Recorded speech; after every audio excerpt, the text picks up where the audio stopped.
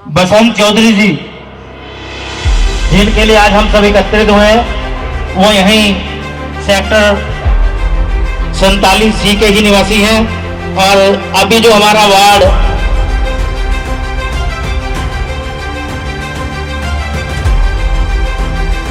के लिए आया है, मैं स्पेशल कह के अपने प्रधान और पवन बांसल जी ने इहदे वास्ते इत्थे दिता है।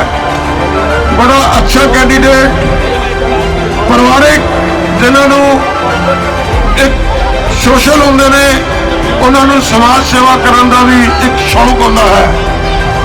ये कोई भारतीय जनता पार्टी की तरह जिस तरह उन्होंने कैंडीडेट रहिंदा बाहर है, जब इलेक्शन आता वो कहता मैं 47 च मकान ले लिया है।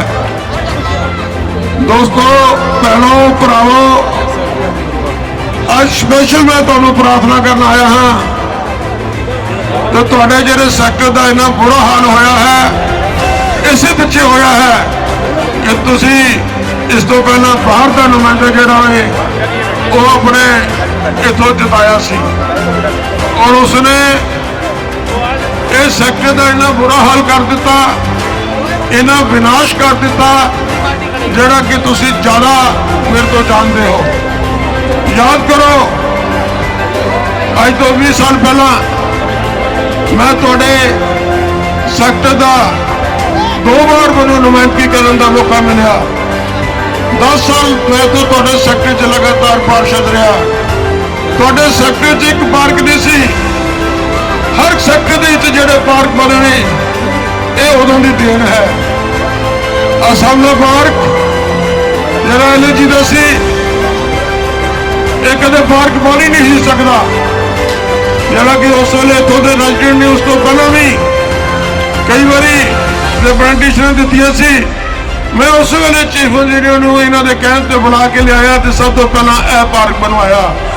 कला पार्क ही नहीं बनवाया, इतों के लोगों की डिमांड सी कि पिछे एक गली भी बनाई जाए, एक रोड गली भी बनाई, दूसरी स्ट्रीट गली भी बनाई, और इतों दी लाइटां भी बनवाइया।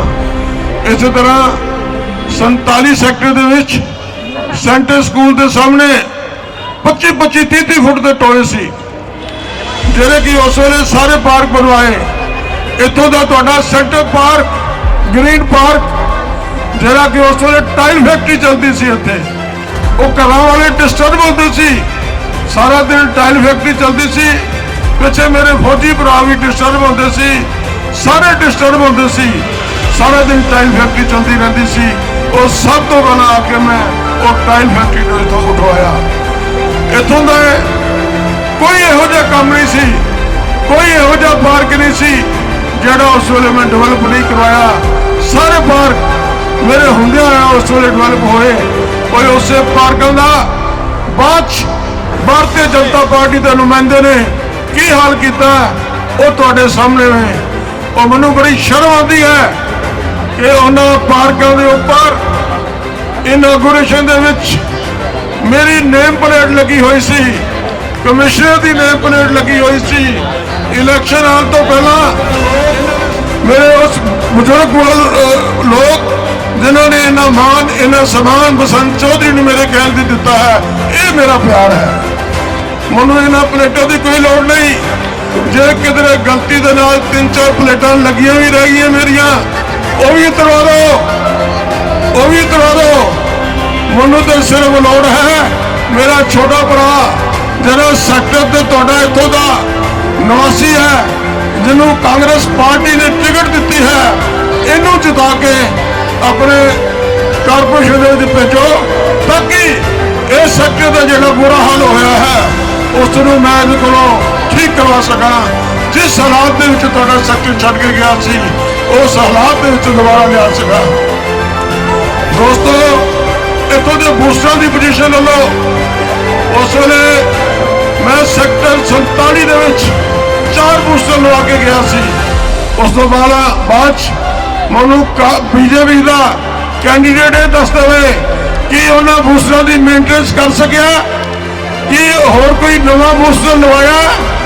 कहते सी भारतीय जनता पार्टी वाले असीं 24 घंटे पानी देवांगे, वो 24 घंटे के पासे रह गया।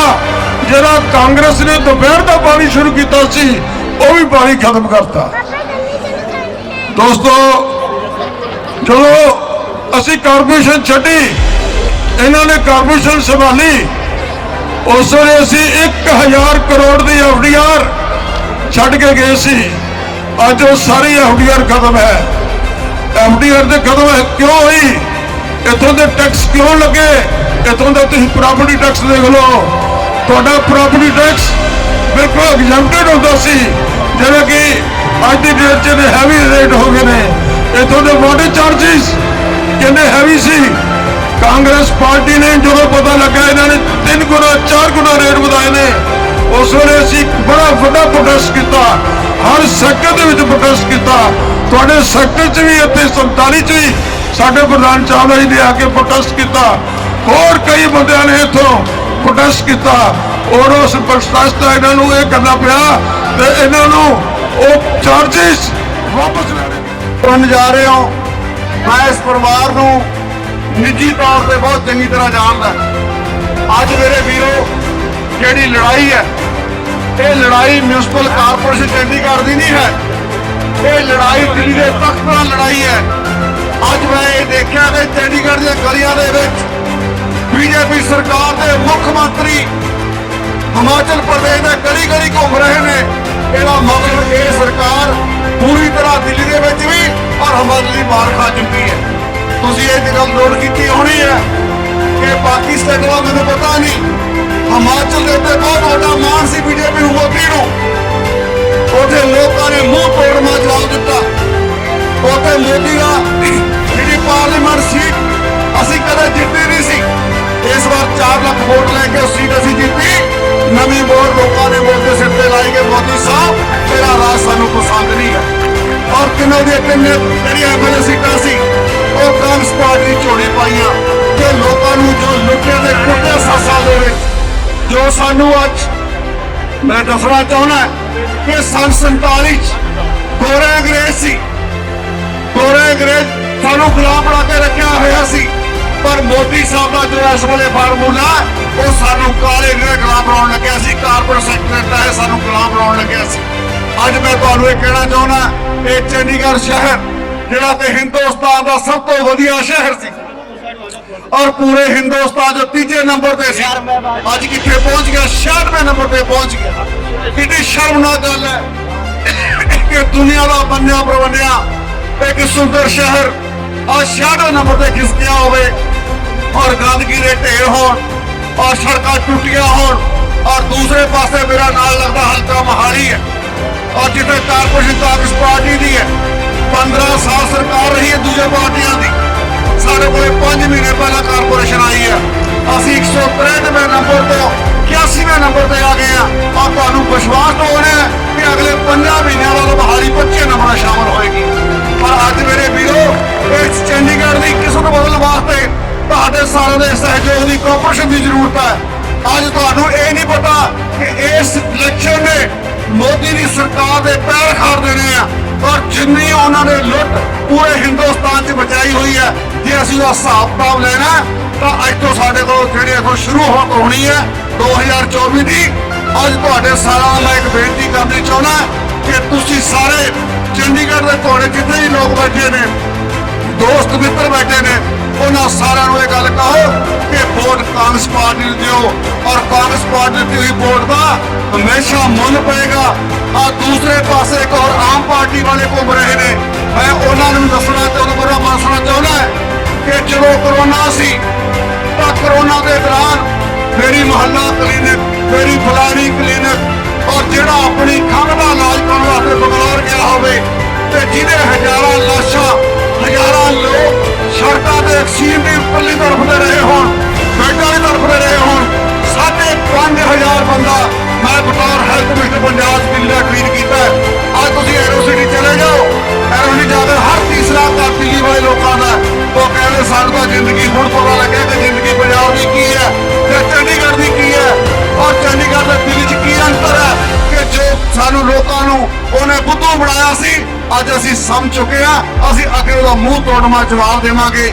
ਮੇਰੇ ਵੀਰੋ, ਆਮ ਆਦਮੀ ਪਾਰਟੀ ਨਹੀਂ ਹੈ ਉਹ, ਅੱਜ ਬੜੇ ਬੀ ਟੀਮ ਬਣੀ ਹੋਈ ਆ ਮੋਦੀ ਦੀ। ਉਹ ਔਰ ਤੁਸੀਂ ਸਾਰੇ ਗੱਲ ਸਮਝੋ ਕਿ ਤੁਹਾਨੂੰ ਸਾਰਿਆਂ ਨੂੰ ਭੋਲੇ ਭਾਲੇ ਬਣ ਕੇ ਲੁੱਟਣ ਦੀ ਕੋਸ਼ਿਸ਼ ਕਰਨਗੇ, ਪਰ ਤੁਸੀਂ ਅੱਜ ਕੱਲ ਆਪਣੇ ਪੱਲੇ ਬੰਨ ਲਓ ਕਿ ਤੁਹਾਡਾ ਇੱਕ ਕੀਮਤੀ ਵੋਟ ਇਹ ਦੋਨਾਂ ਚੋਰਾਂ ਦਾ ਪਰਦਾ ਫਾਸ਼ ਕਰੇਗਾ ਔਰ ਮੁੜ ਕੇ ਚੰਡੀਗੜ੍ਹ ਨੂੰ ਨੰਬਰ 1 ਤੇ ਲੈ ਕੇ ਆਵਾਂਗੇ।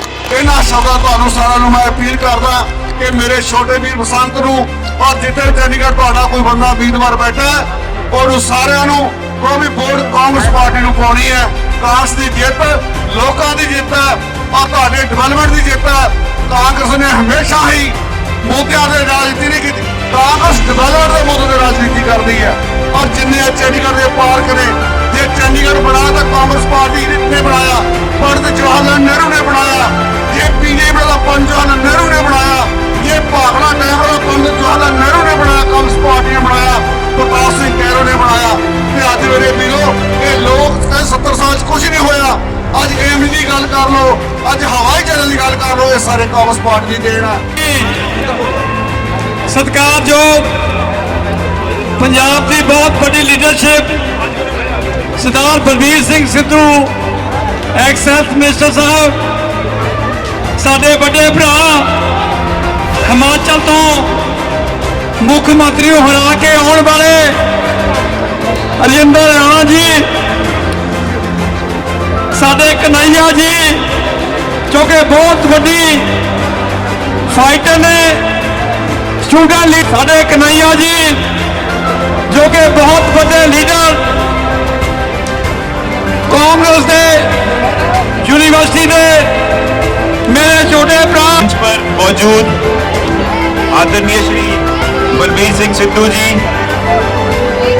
कन्हैया कुमार जी, जीपी सिंह जी, इस वार्ड से कांग्रेस पार्टी के हमारे उम्मीदवार भाई बसंत सिंह चौधरी जी, महेंद्र चौधरी जी, मैं मंच पर साथ में मौजूद कांग्रेस पार्टी के सारे सीनियर नेतागण, वे आज की सभा में उपस्थित और इस वार्ड के कोने कोने से चल के आए हुए मेरे सारे बुजुर्गों, माताओं, बहनों, साथियों व बच्चों, मैं आप सबका यहाँ पर पहुँचने पे बहुत बहुत धन्यवाद करता हूँ।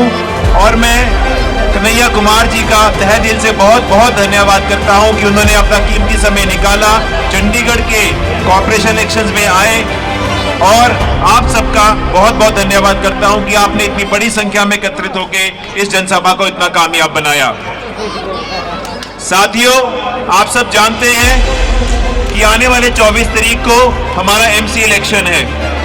ये कहने को तो सिर्फ एक एमसी इलेक्शन है, लेकिन जब कोई भी चुनाव होता है तो उसके साथ में कुछ बातें जरूर जुड़ती हैं कि देश की स्थिति क्या है और कौन सी ऐसी सरकार है जो देश को चला रही है। आपके बीच में ये बात साफ जाहिर है कि जब से भाजपा सरकार सेंटर में आई है, हमारा देश रोज किसी ना किसी कारण से हार रहा है। चाहे वो महामारी है, चाहे वो बेरोजगारी है, चाहे बढ़ती बेरोजगारी है, या कभी ना कभी किसी ना किसी नाम पे लोगों को बांटने का या तोड़ने का काम किया जा रहा है। हमने कभी कल्पना नहीं की थी कि ऐसी सरकार देश में आएगी और एक ऐसा प्रधानमंत्री आएगा जो ये कहेगा कि जो कानून है वो औरों के लिए है, मेरे लिए नहीं। हमने कभी कल्पना नहीं की थी कि ऐसा प्रधानमंत्री आएगा कि 800 जाने जाएंगी, उसके बाद उसको समझ में आएगी कि देश के लोग क्या चाहते हैं, देश की जनता क्या चाहती है। एक तरफ से तो वो महात्मा गांधी का नाम लेते हैं और दूसरी तरफ से जिन्होंने महात्मा गांधी को मारा, उन्हीं की फोटो पे उनके पार्टी के लोग फूल चढ़ाकर उसको सलाम करते हैं। ये वही प्रधानमंत्री है जो पहली बार प्रधानमंत्री बना तो उसने पार्लियामेंट में जब गया तो अपना शीश झुकाया और लोगों को 600-700 में आगे नीचे गिरेगा। 2014 का वो वक्त भी याद कर लो जब श्री नरेंद्र मोदी जी हर जनसभा में ये बात कहते थे कि भाई वोट डालने से पहले रसोई में गैस सिलेंडर के दर्शन करके जाना।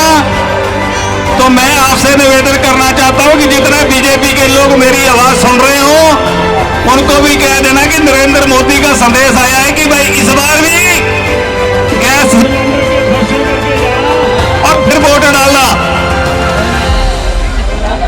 चंडीगढ़ की हालत क्या कर दी है इसके बारे बारे में मेरे पूर्व साथियों ने बहुत कुछ कहा है, परंतु एक बात मैं दावे के साथ कह सकता हूं कि अभी मई माजरा से आ रहा हूं, जितना जनसमूह यहां है उतना ही जनसमूह वहां था। मुझे लग रहा है कि चंडीगढ़ में बीजेपी का पूरी तरह सफाया होने वाला है और जो चंडीगढ़ की दुर्दशा इन्होंने कर दी है उसको भी बचाना है। और जैसे आप झटका देंगे ये महंगाई को भी नीचे करना, जैसे हिमाचल प्रदेश के लोगों ने करके दी है। देश की रक्षा करते हुए सरहद पर अपनी शहादत देने वाले भी हैं।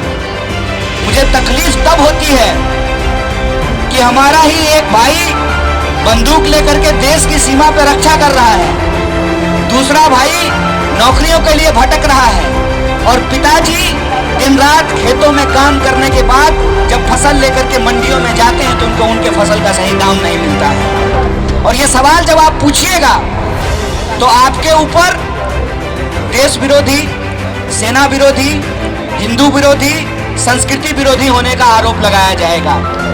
आप सब लोग अपनी आंखों से इस बार देखे हैं, पंजाब, हरियाणा, चंडीगढ़ के वो लोग जिन्होंने देखा है किसान आंदोलन को करीब से, आज आप हमारे साथ सिर्फ एकता नहीं महसूस कर सकते हैं बल्कि वो दर्द भी महसूस कर सकते हैं जो पिछले 6 साल से हम लोग झेल रहे हैं। जो इस किसान आंदोलन में शामिल हुए हैं, याद कीजिए उनको क्या नहीं कहा गया। खालिस्तानी कहा गया, पाकिस्तानी कहा गया, देश विरोधी, विकास विरोधी कहा गया। एक सवाल पूछना चाहिए ना सरकार से कि अगर दिल्ली की बॉर्डर पर जो लोग विरोध कर रहे थे वो गलत थे तो प्रधानमंत्री थूक करके क्यों चाटे? ये सवाल पूछना चाहिए कि नहीं पूछना चाहिए? या तो प्रधानमंत्री सही थे या हम सही हैं। अगर हम सही हैं तो फिर हमारी बाकी बातों में भी सच्चाई है, और सच्चाई ये है कि इस बार विज्ञापन की सरकार बनी है साहब, विज्ञापन की। मैं चंडीगढ़ में घूम रहा था, सेक्टर का कोई ऐसा कोना नहीं है जहां पे पोस्टर लगा हुआ है। किसका? सफाई का। आप सब इस शहर के वासिंदे हैं, इस शहर में रहते हैं। आप बताइए, चंडीगढ़ देश का पहला नियोजित शहर, पहला प्लान्ड सिटी, और सालों तक स्वच्छता के मामले में, सफाई के मामले में 1 नंबर पर हुआ करता था। अब मैं जब चंडीगढ़ इंटर करता हूं तो दिल्ली जैसा फील होता है, क्योंकि यहाँ भी कूड़ों का ढेर दिखाई देता है, यहाँ भी गंदगी दिखाई देती है, यहाँ भी ट्रैफिक पर, सिग्नल पर जो है ट्रैफिक दिखाई देता है, जाम दिखाई देता है।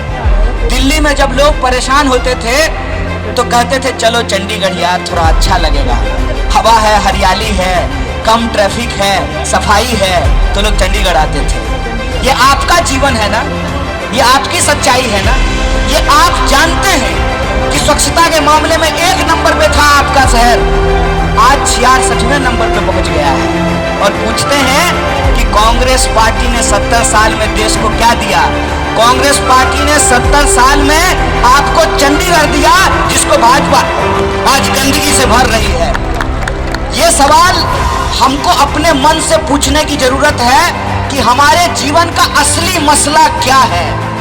असली मसला वो है जो टीवी पे हमको दिखाया जा रहा है, जो व्हाट्सएप पे हमको भेजा जा रहा है, या हम झोला लेकर के जब सब्जी खरीदने के लिए जाते हैं तब महसूस होता है, जब हम गाड़ी लेकर के सड़कों पे निकलते हैं हमको तब महसूस होता है, जब पेट्रोल पंप पे डीजल और पेट्रोल भरवाने के लिए जाते हैं तब महसूस होता है, हमको तब महसूस होता है जब हमको अपने बच्चे को एडमिशन कराना हो।